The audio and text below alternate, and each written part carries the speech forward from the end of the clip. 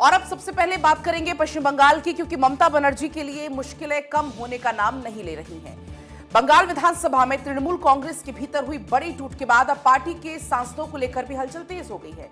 चर्चा यह है कि विधानसभा के बाद अब लोकसभा राज्यसभा में भी बगावत की आहट की सुनाई देने लगी है और यही वजह है कि डैमेज कंट्रोल के लिए पार्टी नेतृत्व पूरी तरह से एक्टिव हो चुका है।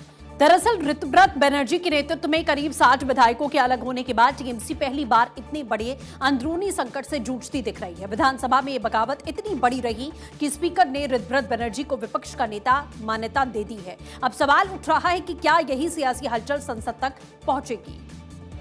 दरअसल आपको बता दें, सोर्सेस के हवाले से ये खबर है कि राज्यसभा सांसद सुखेंदु शेखर रॉय ने भी इस आशंका को लेकर उन्होंने बात रखी है।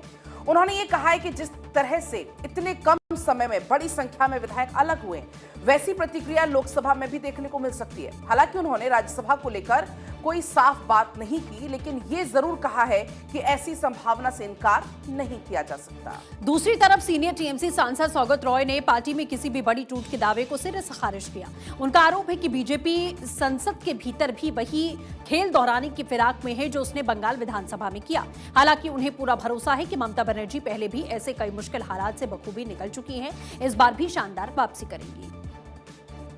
तो बड़ा सवाल यह है कि ममता की संसद में वापसी की क्या वाकई में तैयारी है, क्योंकि अब राजनीतिक गलियारों में चर्चा यह भी तेज हो चुकी है कि मुख्यमंत्री ममता बनर्जी लोकसभा के अंदर एंट्री कर सकती हैं। सोर्सेस के हवाले से खबर है कि अगर ममता बनर्जी लोकसभा चुनाव लड़ती हैं तो उनके लिए बहरामपुर सीट सबसे सुरक्षित विकल्प हो सकती है। चर्चा तो यह भी है कि क्रिकेटर सौरव गांगुली के माध्यम से बहरामपुर में मौजूद सांसद यूसुफ पठान तक सीट छोड़ने का मैसेज पहुंच चुका था।